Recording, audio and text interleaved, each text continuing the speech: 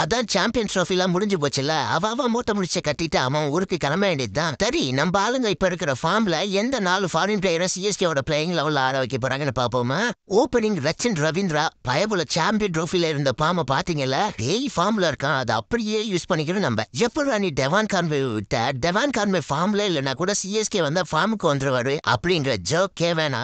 அடுத்து சாம் கரனா ஜாமி ஓவர்டன் செல்லமே, நீ கொஞ்ச நாள் பெஞ்சிலே உட்காருமா. ஃபர்ஸ்ட் இந்தியன் கண்டிஷன்னா என்னன்னு புரிஞ்சுக்கிட்டாங்க. அப்புறம் நம்ம பிளேயிங் ஆடலாம். இப்போதைக்கு ஃபாரின் ஆல்ரவுண்டர் ஸ்லாட் கரெக்டான ஆளு நம்ம சாம் கரன் தான். பயபுல பேட்டிங்கும் பயங்கரமா இம்ப்ரூவ் பண்ணிருக்கு. கண்டிப்பா அவரை நம்பலாம். நூர் அகமது சாம்பியன் ட்ரோஃபில அவ்வளவு நல்லா பவுலிங் போட்ட மாதிரி தெரியல.